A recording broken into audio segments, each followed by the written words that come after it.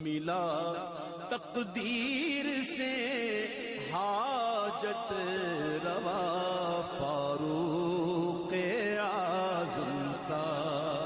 اعوذ باللہ من الشیطان الرجیم، بسم اللہ الرحمن الرحیم۔ فلسفہ محرم الحرام زیر اہتمام دائرہ برکات اسلامی انٹرنیشنل کے ساتھ آپ کا میزبان حافظ مسلم بنگش برکاتی آپ کی خدمت میں حاضر ہے۔ سب سے پہلے تمام ناظرین کو السلام علیکم ورحمۃ اللہ وبرکاتہ۔ فلسفہ محرم الحرام کی سرپرستی علامہ تاج الفقہاء مفتی احمد میاں برکاتی دامت برکاتہم العالیہ فرما رہے ہیں۔ خون سے چراغ دین کا جلایا حسین نے، رسم وفا خوب نبھایا حسین نے، خود کو تو ایک بوند بھی پانی نہ مل سکا، کربلا کو خون پلایا حسین نے۔ ایسے نماز کون پڑھے گا جہاں میں، ایسے نماز کون پڑھے گا جہاں میں، سجدہ کیا تو سر نہ اٹھایا حسین نے۔ آج ہمارے مہمان خطیب اعظم کوٹری حضرت علامہ قاری محمد قاسم خلیل برکاتی صاحب ہمارے ساتھ موجود ہیں۔ میں سب سے پہلے قاری صاحب کو خوش آمدید کہتا ہوں فلسفہ محرم الحرام پروگرام میں۔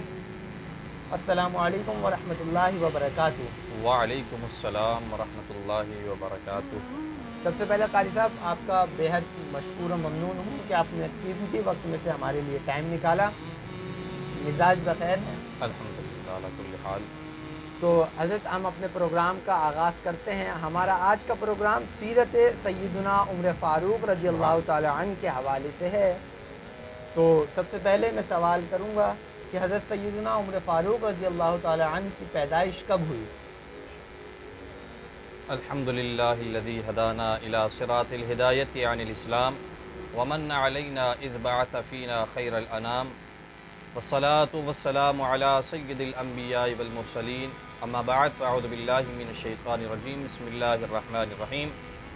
وقال اللہ تبارک و تعالی فی القرآن المجید والفرقان الحمید رضی اللہ عنہم ورضوا عنہ آمنت باللہ صدق اللہ العظیم۔ بہت بہت شکریہ قاری محمد مسلم بنگش برکاتی صاحب آپ کا، آپ کی پوری ٹیم کا، دائرہ برکات اسلامی انٹرنیشنل کا، کہ الحمدللہ اللہ کے فضل و کرم سے یہ بہترین آپ نے کام شروع کیا ہے کہ جس کے ذریعے سے سوشل میڈیا کے جتنے ناظرین ہیں ان سے اس کے پروگرام کے ذریعے سے استفادہ ہوں گے۔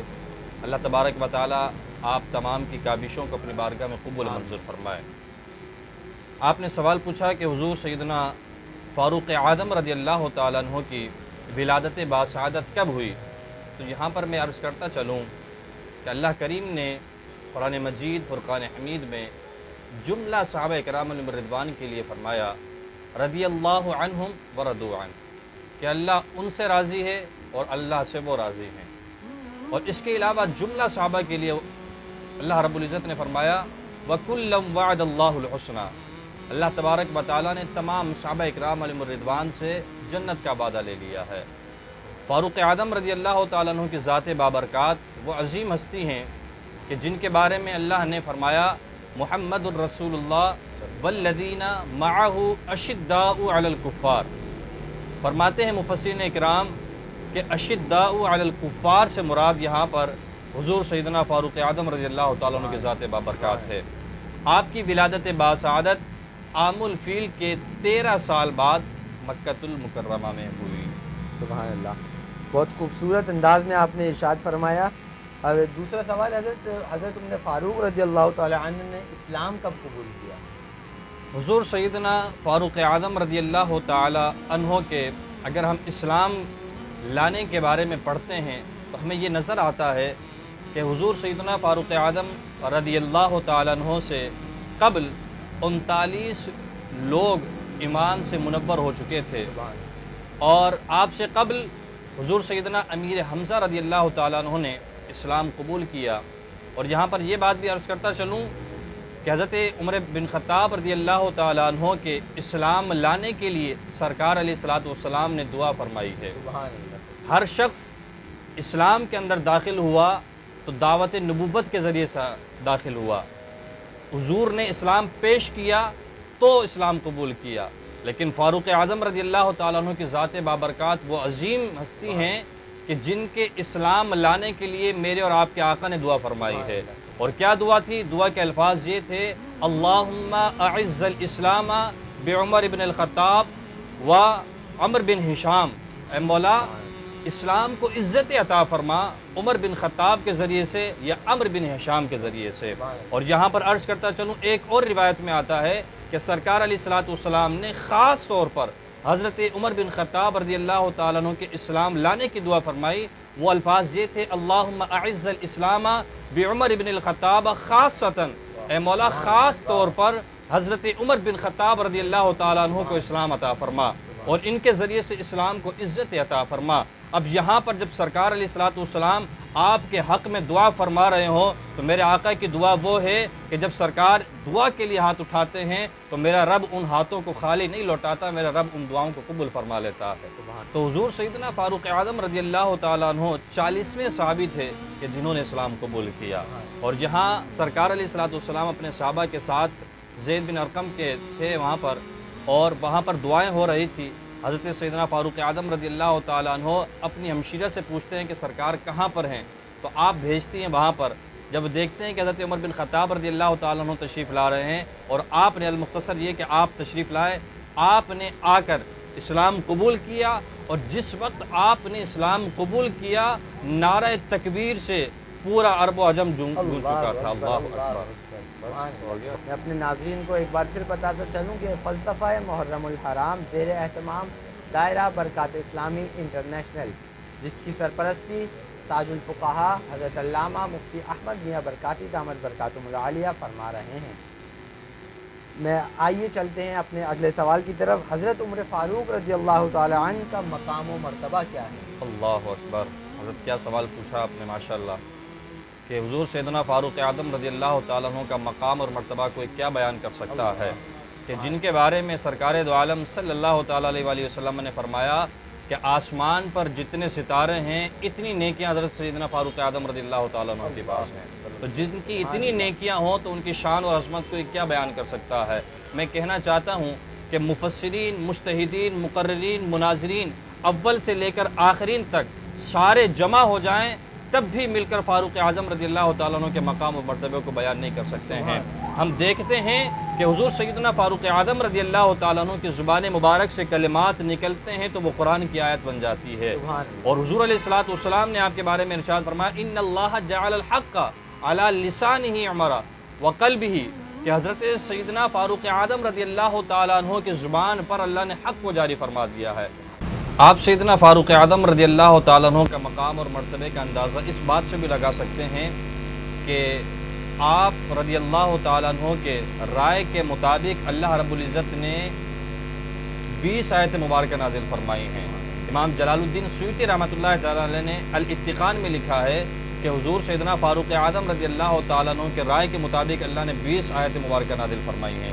میں آپ کو ایک مثال دیتا چلوں، جب سرکار علیہ الصلوۃ والسلام اپنے صحابہ کرام رضوان کے ساتھ جب مکہ شریف کے اندر تھے تو سرکار علیہ الصلوۃ والسلام نے مقام ابراہیم جو پتھر ہے اس کے بارے میں صحابہ سے مشورہ لیا، اے صحابہ بتاؤ اس پتھر کا کیا کیا جائے؟ تو ایک صحابی نے عرض کی یا رسول اللہ اس کو حجر اسود کے ساتھ لگا دیا جائے، دوسرے نے کہا کہ یا رسول اللہ اس کو کعبۃ اللہ کے ساتھ لگا دیا جائے، لیکن سرکار دو عالم صلی اللہ تعالیٰ علیہ وآلہ وسلم نے حضور سیدنا فاروق اعظم رضی اللہ تعالیٰ عنہ کو بلایا اور فرمایا عمر تمہاری کیا رائے ہے اس بارے میں، آپ کیا مشورہ دیتے ہیں؟ تو حضور سیدنا فاروق اعظم رضی اللہ تعالیٰ عنہ عرض کرتے ہیں کہ یا رسول اللہ صلی اللہ علیہ وسلم، میرے دل کی خواہش یہ ہے، میری رائے یہ ہے کہ ہم مقام ابراہیم کو نماز پڑھنے کی جگہ بنا لیتے ہیں۔ یہ جملے حضور سیدنا فاروق اعظم رضی اللہ تعالیٰ عنہ کی زبان مبارک سے ادا ہوتے ہیں، وہاں اللہ رب العزت نے حضرت جبریل علیہ الصلوۃ والسلام کو نازل فرمایا۔ حضرت جبریل علیہ الصلوۃ والسلام قرآن کی آیت کا حصہ لے کر نازل ہوئے اور حضور کی بارگاہ میں عرض کی کہ یا رسول اللہ، اللہ نے یہ حکم دیا ہے کہ واتخذوا من مقام ابراہیم مصلی، اے پیارے حبیب مقام ابراہیم کو نماز پڑھنے کی جگہ بنا لیجیے۔ اللہ اکبر، یہ مقام اور مرتبہ ہے حضور سیدنا فاروق اعظم رضی اللہ تعالیٰ عنہ کا۔ اور دیگر آیت مبارکہ بھی جو آپ کی رائے سے نازل ہوئی ہیں، یہاں جملے نکلتے تھے، اللہ نے اسے قرآن کا حصہ بیان فرما دیا۔ محترم ناظرین کرام، فلسفہ محرم الحرام آخری مراحل میں داخل ہے اور میں اپنے مہمان حضرت علامہ محمد قاسم خلیل برکاتی مرکزی نائب ناظم دائرہ برکات اسلامی انٹرنیشنل سے آخر سوال کرتا ہوں کہ حضرت سیدنا عمر فاروق رضی اللہ تعالی عنہ کی شہادت کا واقعہ مختصراً طور پر ہمیں بیان فرمائیں۔ جہاں تک ہم نے حضور سیدنا فاروق اعظم رضی اللہ تعالیٰ عنہ کی سیرت طیبہ پر ہم نے پڑھا، اب آخر میں آپ کی شہادت کا واقعہ ہے کہ حضور سیدنا فاروق اعظم رضی اللہ تعالیٰ عنہ نے جب کبھی دعا مانگی اللہ نے آپ کی دعا کو قبول فرمایا۔ وہیں پر ہی سرکار دو عالم صلی اللہ تعالیٰ علیہ وآلہ وسلم کے عاشق صادق حضور سیدنا فاروق اعظم رضی اللہ تعالیٰ عنہ نے اپنی موت کی دعا بھی آپ نے ارشاد فرمائی ہے، اور دعا کے الفاظ کیا تھے؟ آپ نے اللہ کی بارگاہ میں یہ دعا کی تھی، اللہم ارزقنی شہادتاً فی سبیلک واجعل موتی فی بلد رسولک صلی اللہ علیہ وسلم۔ آپ نے اللہ کی بارگاہ میں یہ دعا کی تھی کہ مولا مجھے اپنی راہ کے اندر موت نصیب فرما، اور مجھے موت عطا فرما تو اپنے محبوب علیہ الصلوۃ والسلام کے شہر مدینہ میں عطا فرما۔ اللہ اکبر۔ آپ رضی اللہ تعالیٰ عنہ کی شہادت کا واقعہ ذوالحجہ کے آخری ایام میں حضور سیدنا فاروق اعظم رضی اللہ تعالیٰ عنہ نماز فجر پڑھا رہے تھے، تو اتنے میں ایک بدبخت مجوسی جس کا نام ابو اللولو فیروز نامی تھا، اس نے خنجر زہر آلودہ لے کر اور حضرت فاروق اعظم رضی اللہ تعالیٰ عنہ کی ذات پر حملہ کیا اور دیگر نمازیوں پر بھی حملہ کیا۔ آپ رضی اللہ تعالیٰ عنہ کو اس وار سے شہادت نصیب ہو گئی۔ حضرت آخر میں ہمارے ناظرین کو، ہمارے ویورز کو کیا پیغام دینا چاہیں گے؟ قاری صاحب، اگر ہم سیرت فاروق اعظم رضی اللہ تعالیٰ عنہ کو پڑھتے ہیں تو آپ کی سیرت مبارکہ سے سب سے اہم ترین پہلو جو آپ کی ساری زندگی سے ہمیں نظر آتا ہے، آپ کی شہادت کے وقت جب آپ فجر کی نماز کے بعد آپ کو جب ہوش آیا، صحابہ نے آپ کو بیدار کیا، تو فاروق اعظم رضی اللہ تعالیٰ عنہ کی زبان مبارک پر صرف ایک جملہ تھا، وہ یہ جملہ تھا، صحابہ سے پوچھا بتاؤ نماز کا وقت ابھی باقی ہے کہ نہیں؟ اللہ اکبر۔ آپ نے نماز کا پوچھا، صحابہ نے کہا کہ حضور ابھی وقت باقی ہے، آپ نے کہا کہ مجھے قبلے کی سمت کر دیا جائے۔ وہاں پر رخ ہو کر آپ نے نماز ادا کی، اور نماز ادا کرنے کے بعد آپ نے پوری زندگی کا ایک نچوڑ بتا دیا کہ مقصد کیا ہے۔ آپ نے فرمایا نماز ادا کرنے کے بعد صحابہ کو فرمایا بتاؤ بھلا نماز کے بغیر آدمی کس کام کا؟ تو ان کی ساری زندگی اور ان کی سیرت سے ہمیں یہ سبق ملتا ہے کہ ہمیں وقت پر فرائض کو ادا کرنا چاہیے، وقت کی پابندی کرنی چاہیے، جو اللہ کے احکامات ہیں ہمیں وہ ادا کرنے چاہیے۔ تمام صحابہ کرام علیہم رضوان کے ان پوری نفوس قدسیہ سے ہمیں یہ درس ملتا ہے کہ اللہ نے ہمیں احکام نازل فرمائے، ہمیں اس پر عمل کرنا چاہیے۔ میں اپنی گفتگو کا اختتام ان اشعار سے کرنا چاہتا ہوں کہ ہمیں فاروق اعظم رضی اللہ تعالیٰ عنہ سے کیا درس ملتا ہے۔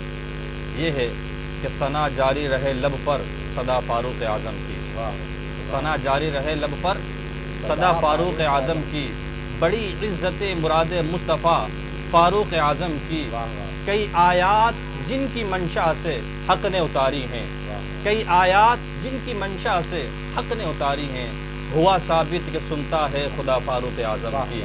جناب غوث اعظم ہوں کہ ہوں مہر علی سید، جناب غوث اعظم ہوں کہ ہوں مہر علی سید، جماعت بفیض مرتضی فاروق اعظم کی۔ اور آخر میں یہ پیغام دینا چاہتا ہوں کہ ہمیں صحابہ سے پیار کرنا چاہیے، صحابہ کے بارے میں بغض نہیں رکھنا چاہیے۔ ان کے لیے پیغام یہ ہے کہ خالی ہے تیرا دامن ادب شرم و حیا سے، ناداں تجھے کیوں بغض ہے ارباب وفا سے، اے دشمن فاروق تجھے اتنی بھی خبر ہے، اے دشمن فاروق تجھے اتنی بھی خبر ہے، ارے فاروق کو مانگا ہے محمد نے خدا سے، فاروق کو مانگا ہے محمد نے خدا سے۔ بہت بہت شکریہ۔ میں اپنے مہمان حضرت علامہ محمد قاسم خلیل برکاتی صاحب کا ایک مرتبہ پھر انتہائی دل سے مشکور و ممنون ہوں کہ آپ نے اپنے قیمتی وقت میں سے ہمارے فلسفہ محرم الحرام کے نشست کے لیے ٹائم نکالا۔ محترم ناظرین کرام، اسی طرح سے اگلی نشست میں آپ کے ساتھ دوبارہ حاضر ہوں گے۔ جب تک کے لیے اپنے میزبان حافظ مسلم بغدادی برکاتی کو اجازت دیجیے۔ میری زبان سے پروگرام کرتے ہوئے کوئی ایسا لفظ، کوئی ایسا جملہ نکل گیا جو اللہ تبارک و تعالیٰ کی بارگاہ میں پکڑ دبائی بنے، اس سے توبہ کرتا ہوں۔ السلام علیکم ورحمۃ اللہ وبرکاتہ۔